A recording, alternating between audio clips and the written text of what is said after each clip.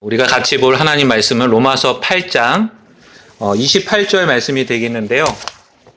우리 다 같이 찾으신 줄로 믿고 한 목소리로 읽도록 하겠습니다. 시작. 우리가 알거니와 하나님을 사랑하는 자들 곧 그분의 목적에 따라 부르심을 받은 자들에게는 모든 것이 합력하여 선을 이루느니라. 아멘. 여기 이 구절 중에 부르심을 받은 자들이라는 구절이 보이실 텐데요. 오늘 제가 이 부르심을 받은 자들이라는 제목으로 하나님 말씀을 전하겠습니다. 저는 지난 몇 차례 설교를 통해서 하나님을 사랑하는 것에 대해서 말씀을 전했습니다. 우리를 창조하시고 또 우리를 구속하시고 또 우리를 먼저 사랑하신 하나님에 대해서 우리는 마음과 혼과 힘을 다해 사랑해야 한다고 말씀을 전했습니다. 그리고 바로 이전 설교 때는 그와 같이 하나님을 온전히 사랑하기 위해서는 반드시 하나님 말씀을 우리의 마음속에 깊이 새겨야 된다고 말씀을 드렸습니다. 오늘은 이와 같이 하나님을 사랑하는 자들에 대해서 성경이 무엇이라고 말씀하시는지를 우리 함께 살펴보려고 합니다. 다시 한번 로마서 8장 28절을 읽어보도록 하겠습니다. 시작. 우리가 알거니와 하나님을 사랑하는 자들 곧 그분의 목적에 따라 부르심을 받은 자들에게는 모든 것이 합력하여 선을 이루느니라. 하나님을 사랑하는 자들을 오늘 본문 말씀은요, 하나님의 목적에 따라 부르심을 받은 자들이라고 말씀하십니다. 사랑하는 성도 여러분, 하나님을 사랑하십니까? 그렇다면 우리 모두는 하나님의 부르심을 받은 자들입니다. 그래서 오늘 저는 하나님께서는 왜 우리를 부르셨는지, 그 부르심의 목적은 무엇이며 또 어떻게 사는 것이 그 부르심에 합당하게 사는 것인지에 대해서 함께 생각해 보기를 원합니다. 우선 크게 세 가지로 나눠서 하나님께서 우리를 부르신 목적이 무엇인지를 살펴보도록 하겠습니다. 하나님께서는 왜 우리를 부르실까요? 하나님께서 우리를 부르신 첫 번째 목적은요, 바로 우리를 의롭게 하시려고 부르십니다. 우리를 의롭게 하신다는 말 안에는요, 로마서 3장 10절 말씀처럼 우리 중에는 의로운 자가 단 한 사람도 없다라는 그런 의미를 포함하고 있습니다. 만약 우리 중에 스스로의 노력과 수고로 의롭게 된 사람이 단 한 사람이라도 있다면 하나님께서 굳이 우리를 의롭게 하시려고 부르실 필요가 없습니다. 오히려 우리 모두는 하나님의 눈앞에서 전혀 의롭지 못한 존재였습니다. 우리는 하나님을 대적하며 죄 가운데 살아갔으며 하나님을 기쁘시게 해드릴 만한 것이 우리에게는 전혀 없었다는 것이죠. 그래서 로마서 3장 23절에서는 모든 사람이 죄를 지었다라고 말씀하십니다. 그런 죄인을 하나님께서는 의롭게 하시려고 부르신다는 것이죠. 이 하나님의 부르심에는 결코 차별이 없습니다. 부자나 가난한 자나 배운 자나 못 배운 자나 할 것 없이 모든 죄인을 부르십니다. 그리고 하나님께서는 도중에 그만두시거나 또한 멈추지 않으시고 지금도 계속해서 죄인들을 부르십니다. 이 부르심은 첫사람 아담 때부터 시작이 되었습니다. 아담이 범죄했을 때 하나님께서는 그를 부르셨습니다. 창세기 3장 9절 말씀인데 제가 읽어드리겠습니다. 주 하나님께서 아담을 부르시며 그에게 이르시되 내가 어디에 있느냐 하시니.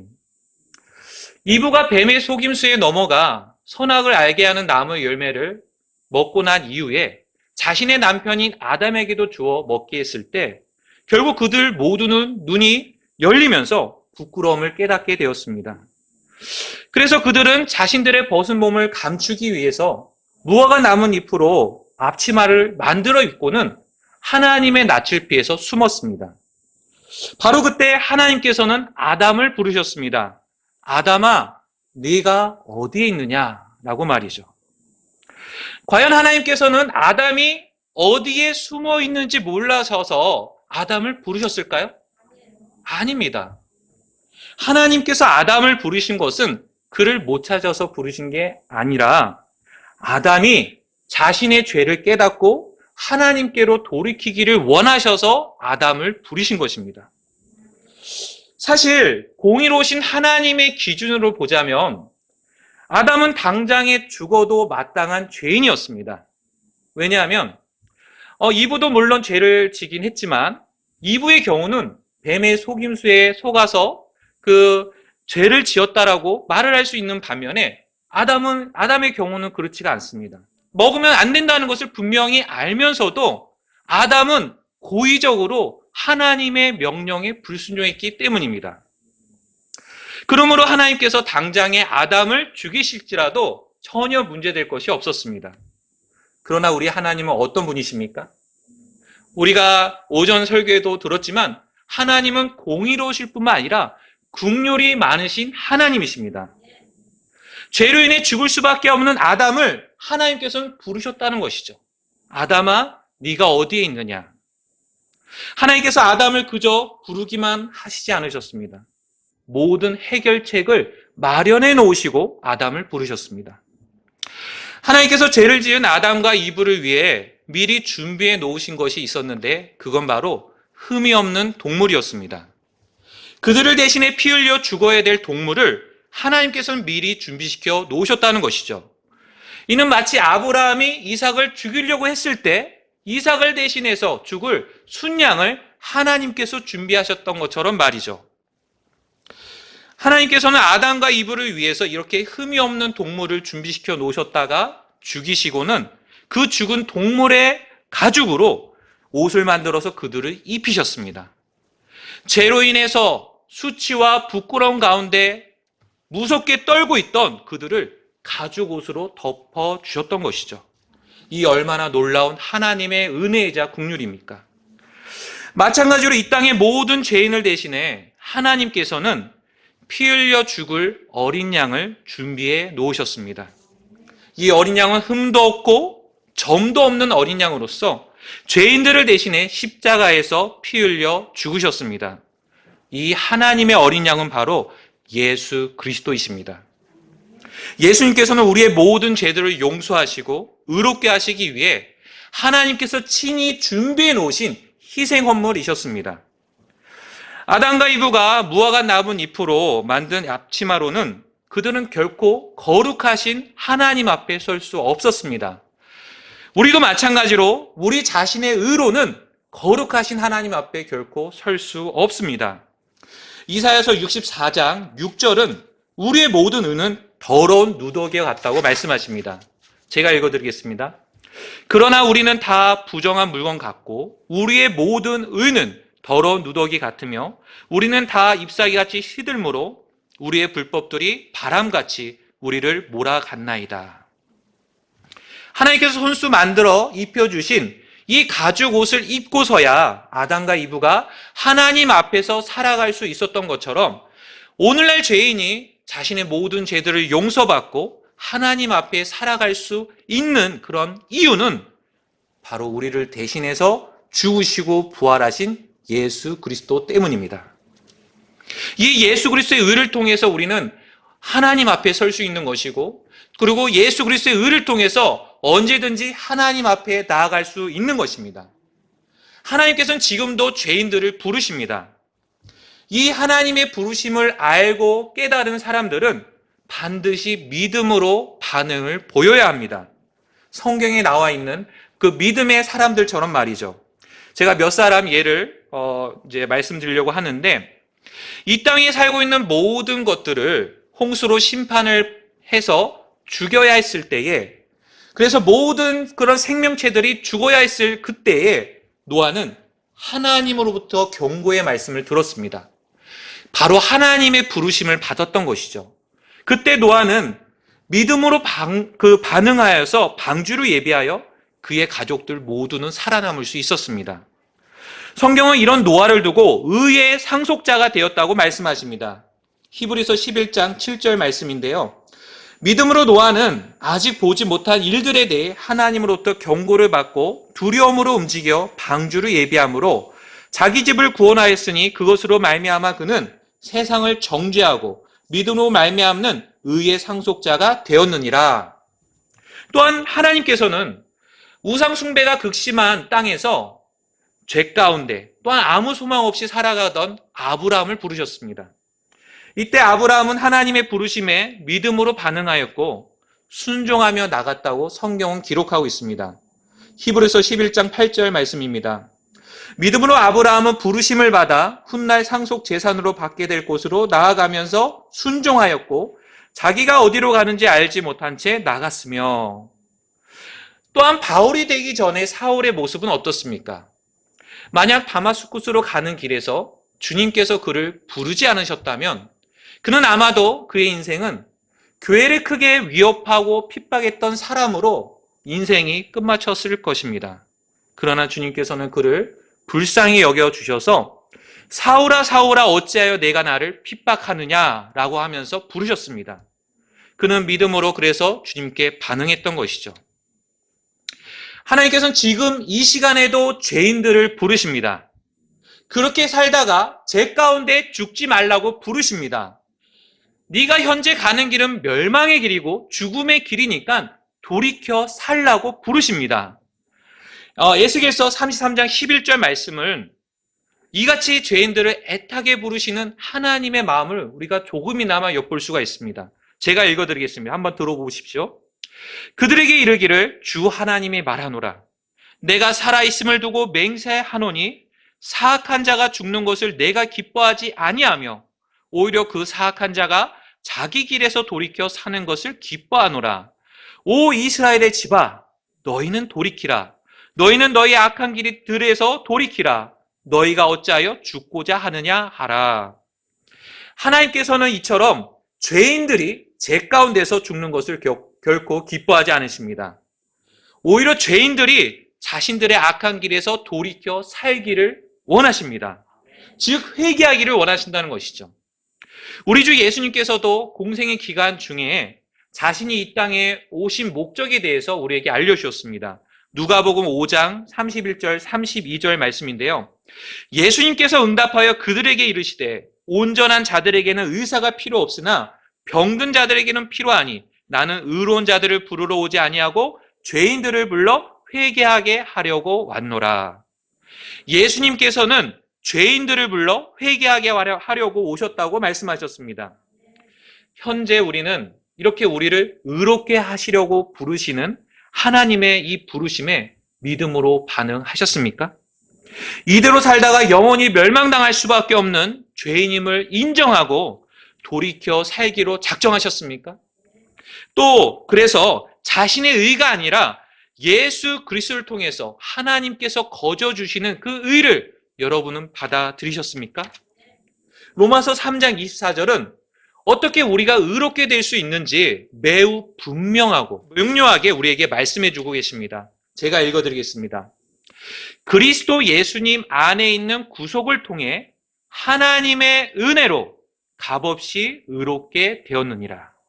어떻게 의롭게 된다고요? 값없이 의롭게 되죠. 바로 예수 그리스도 안에 있는 구속을 통해 하나님의 은혜로 값없이 의롭게 되는 것입니다. 우리의 수고나 행위가 아닌 예수 그리스도의 죽으심과 부활하심, 그리고 그분께서 흘려주신 그 보혈로 말미암아 우리는 값없이 의롭게 될 수 있다는 것이죠. 현재 여러분은 하나님의 은혜로 값없이 의롭게 되셨습니까? 여러분을 대신해 죽으시고 부활하신 예수 그리스도를 구원자와 주님으로 모셔드리셨습니까?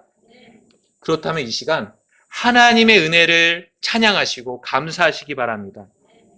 그러나 만약 아직까지 예수 그리스도를 믿고 있지 않는 분이 계신다면 반드시 기억하시기 바랍니다. 하나님께서는 여전히 여러분을 부르고 계신다는 것을 말입니다. 너무 늦지 않게 이 하나님의 부르심에 믿음으로 반응하시기 바랍니다. 하나님께서 우리를 부르시는 두 번째 목적은요, 우리를 거룩하게 하시려고 부르십니다. 앞서 말씀드린 우리를 의롭게 하시는 것을 신학적인 용어로 칭의라고 표현한다면 우리를 거룩하게 하시는 것은 성화라고 표현할 수 있습니다. 하나님께서는 죄인이 우리를 부르셔서 이와 같이 의롭게 만드실 뿐만 아니라 우리를 거룩하게 만들어 가십니다. 디모데후서 1장 9절 말씀입니다. 그분께서 우리를 구원하시고 거룩한 부르심으로 부르신 것은 우리의 행위에 따른 것이 아니요 자신의 목적과 은혜에 따른 것이니라. 그 은혜는 세상이 시작되기 전에 그리스도 예수님 안에서 우리에게 주어졌으나, 이 말씀을 자세히 보시면 하나님께서는 우리를 구원하시고 거룩한 부르심으로 부르셨다라고 말씀하십니다. 그런데 사실 그분의 은혜로 구원받고 의롭게 된 모든 자는 이미 예수 그리스도를 통해서 거룩히 구별된 자들입니다. 히브리서 10장 10절 말씀을 보시면 바로 이 뜻으로 말미암아 예수 그리스도의 몸이 단 한 번 영원히 드려짐을 통해 우리가 거룩히 구별되었노라라고 말씀하십니다. 이렇게 예수 그리스도의 몸이 단 한 번 영원히 드려짐을 통해서 거룩히 구별된 우리의 신분이 도중에 취소가 되거나 바뀌는 법이 있을까요? 없습니다.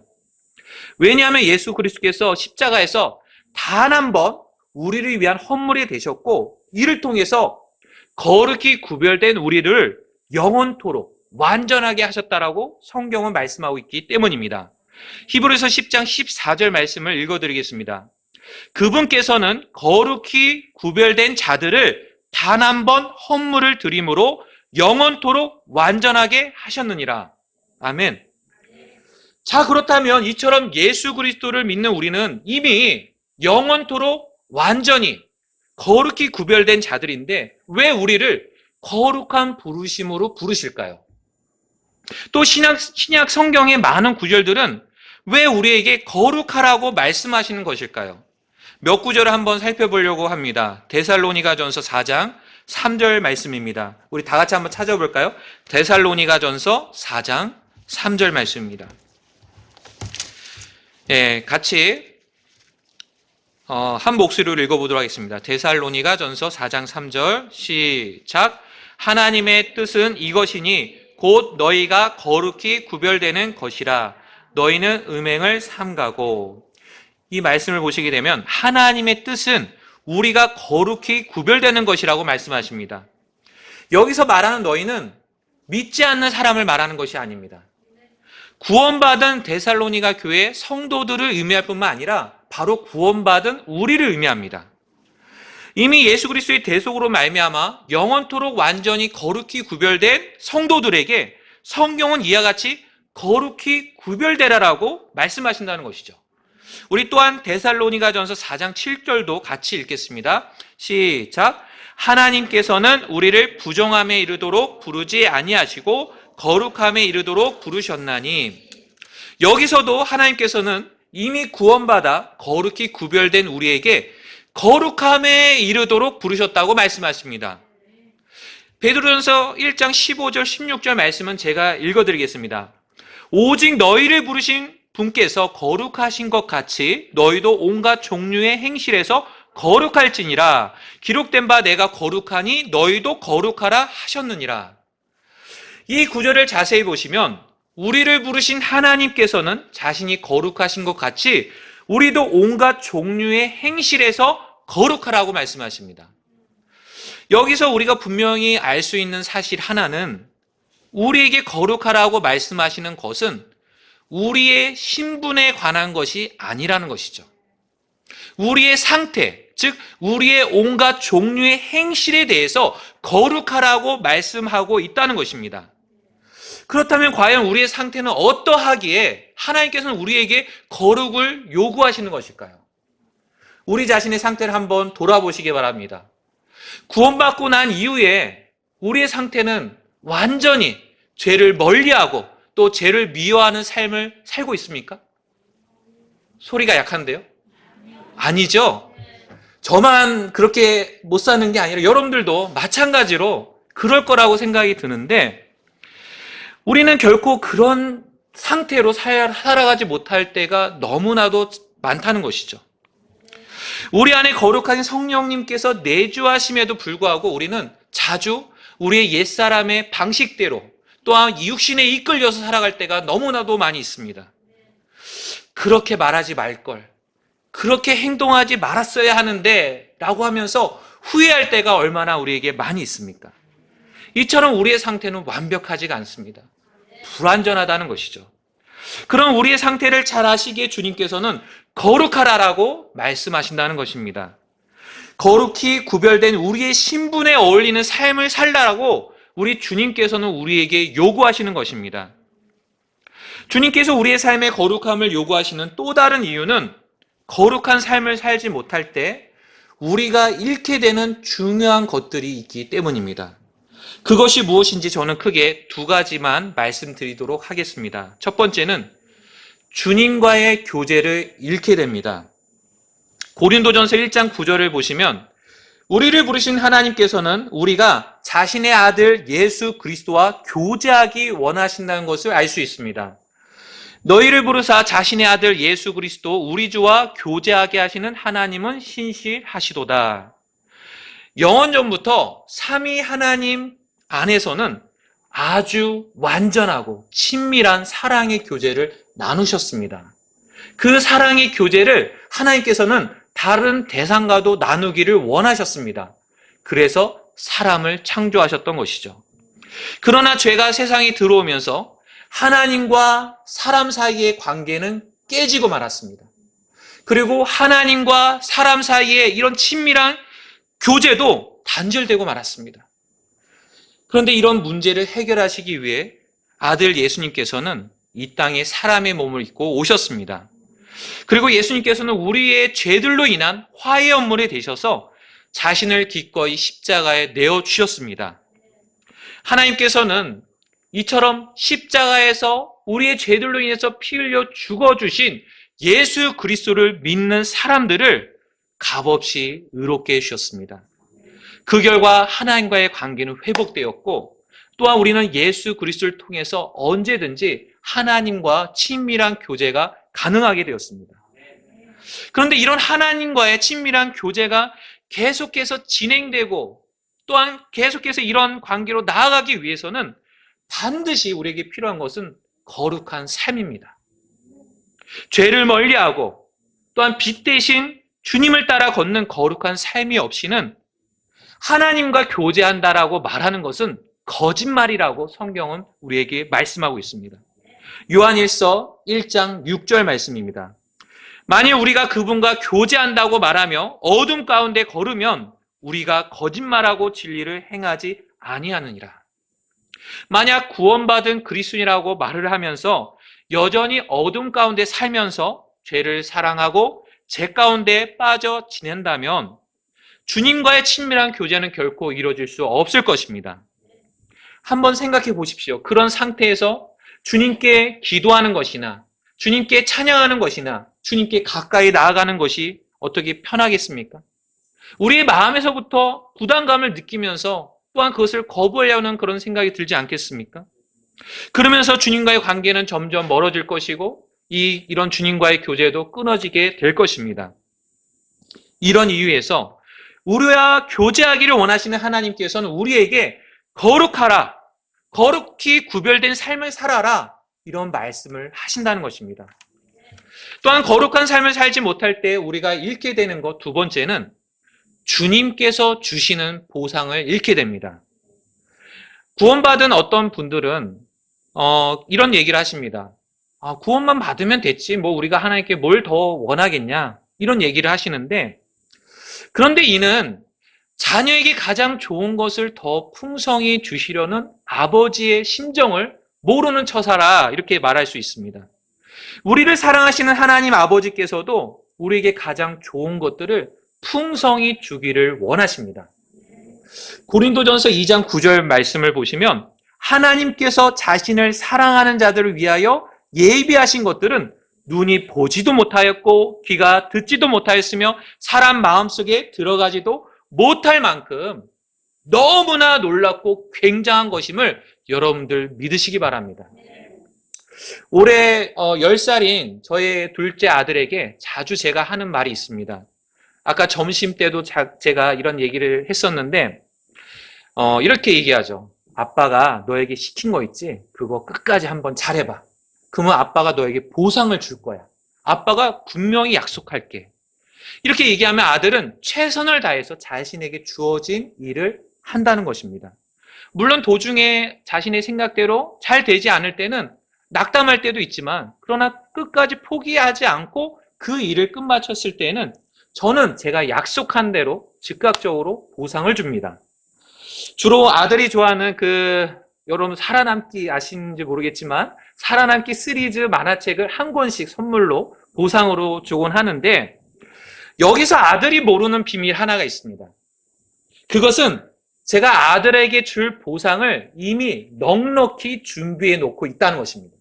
왜냐하면 제가 이제 어떤 책을 살 때 저는 주로 이렇게 가성비가 좋은 중고책 위주로 사게 되는데 근데 이런 중고책 같은 경우는 많이 한꺼번에 이제 구매를 하게 되면 어떻게 했습니까? 운송비가 절약될 수가 있다는 것이에요. 그래서 한 번 구입할 때 많이 구입해 놓기 때문에 저에게는 아들에게 줄 보상이 넉넉히 준비되어 있다는 것입니다.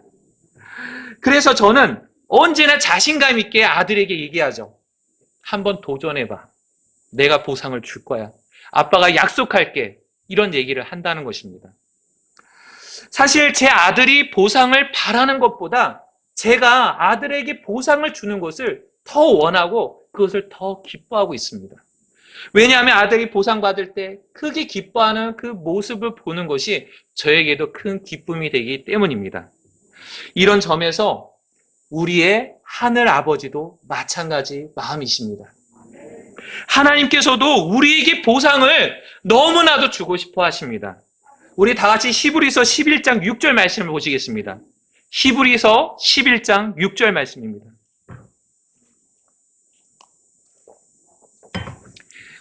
다 같이 우리 한 목소리로 읽도록 하겠습니다. 시작. 그러나 믿음이 없이는 하나님을 기쁘게 하지 못하나니 그분께 가는 자는 반드시 그분께서 계시는 것과 또 그분께서 부지런히 자신을 찾는 자들에게 보상해 주시는 분이심을 믿어야 하느니라. 아멘. 하나님께서도 우리가 이런 분명한 약속을 붙들고 확신 가운데서 주님의 명령에 따르기를 원하십니다. 주님께서는 자신이 보상해 주시는 분이심을 믿으라고까지 우리에게 말씀하십니다. 그만큼 우리에게 보상해 주시기를 원하신다는 것을 우리는 발견해 볼 수 있습니다. 요한이서 1장 8절 말씀은 제가 읽어드리겠습니다. 너희 자신을 살필지니 이로써 우리가 이룬 그것들을 우리가 잃지 아니하고 충분한 보상을 받으리라. 우리의 하늘 아버지께서도 우리에게 주실 넉넉하고 충분한 보상을 준비해 놓고 계십니다. 우리 자신을 살피며 살아갈 때, 즉 하나님의 말씀에 순종하며 거룩한 삶을 살아갈 때 충분한 보상을 주시겠다라고 우리에게 약속해 주셨습니다. 그러나 반대로 우리 자신을 살피지 않고 죄에 빠져 살아간다면 주님께서 주실 충분한 보상을 잃어버릴 수 있음을 우리에게 경고하고 있습니다. 요한계시록 22장 12절에서도 다시 한번 보상에 대해서 강조하십니다.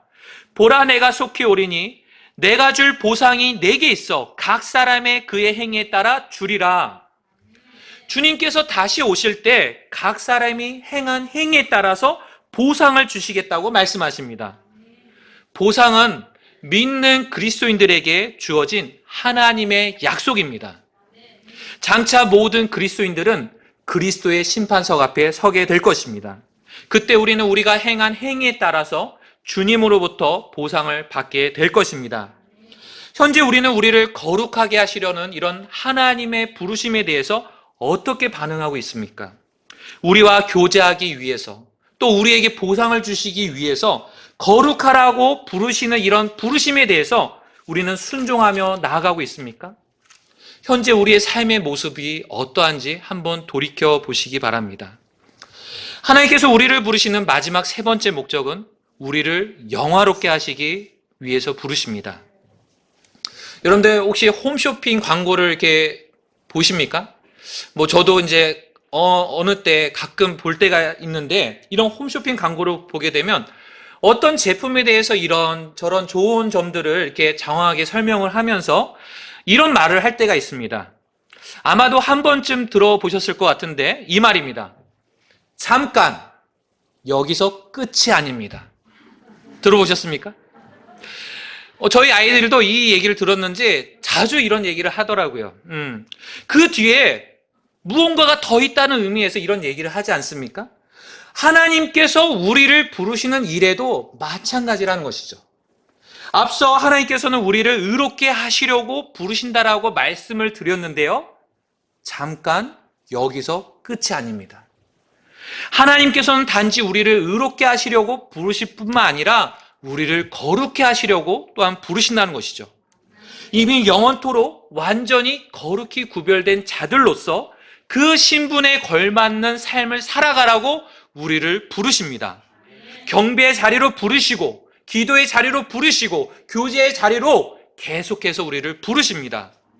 그런데 잠깐 여기서 끝이 아닙니다.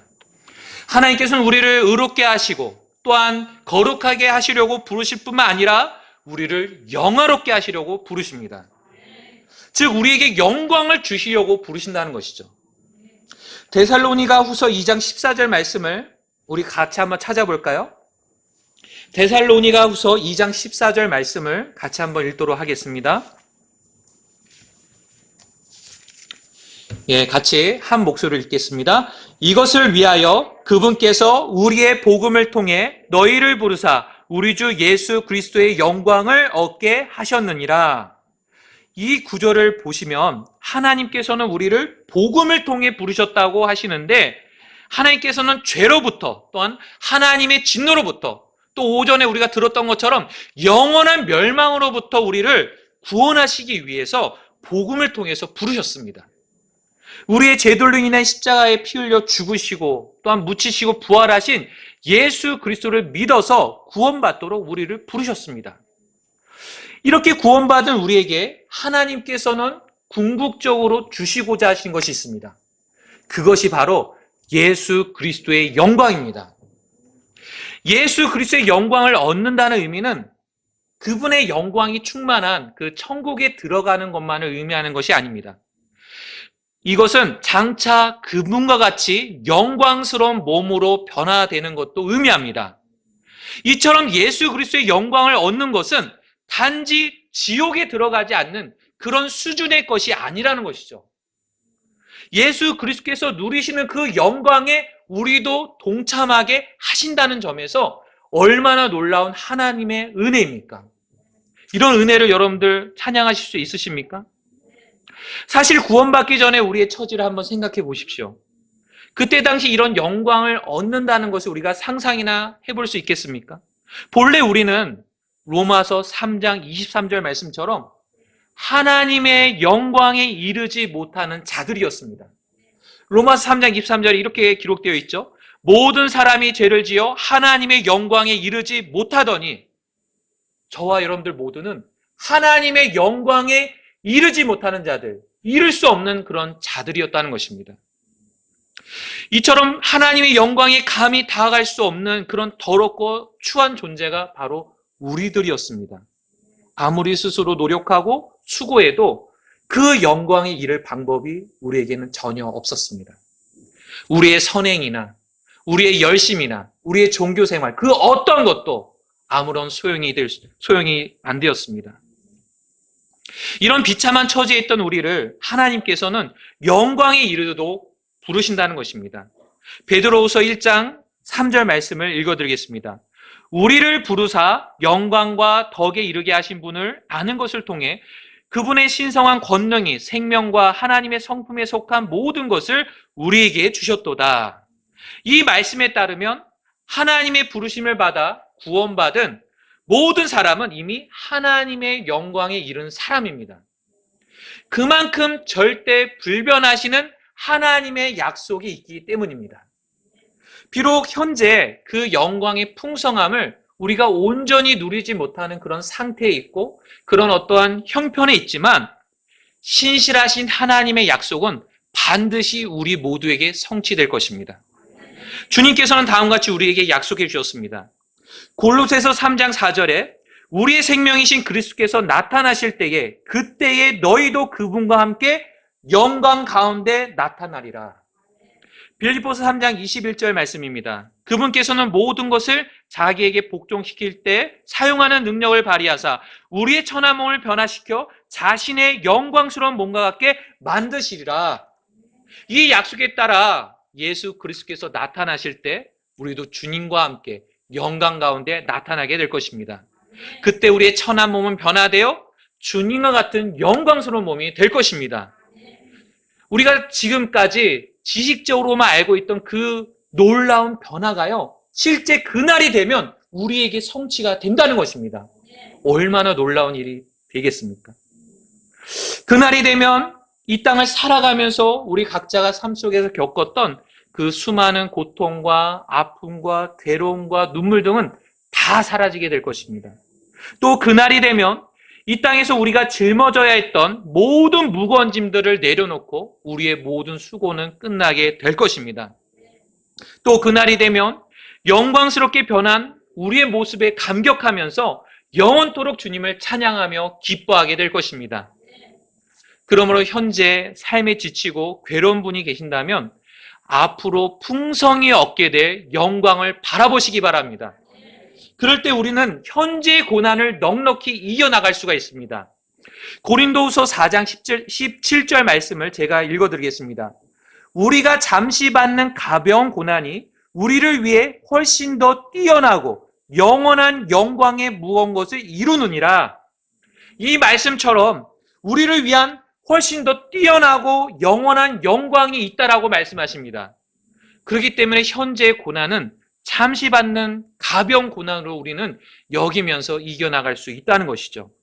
또 로마서 8장 18절에서도 현 시대의 고난들은 앞으로 우리 안에 나타날 영광과 좋게 비교될 수 없다라고 말씀하십니다.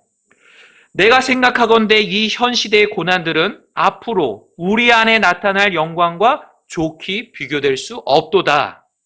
사랑하는 성도 여러분, 영광스러운 그날을 바라보면서 살아가고 계십니까? 예수 그리스도의 영광을 온전히 얻게 되는 그날, 하늘에서 큰 나팔 소리가 울리면서 우리의 이름을 부르실 그날, 그 영광스러운 날이 지금 다가오고 있습니다. 그날을 기쁨으로 맞이할 준비가 되셨습니까? 그날을 또 우리가 기다리면서 우리가 준비하고 있어야 되는데 여러분들 그렇게 주님 앞에 반응하고 계십니까? 혹시 우리를 영화롭게 하실 주님의 부르심에는 관심이 없이 오직 이 세상 일에만 관심을 보인 채 이 땅을 살아가고 계신 건 아니십니까? 이 시간 우리 자신을 돌아보시기 바랍니다.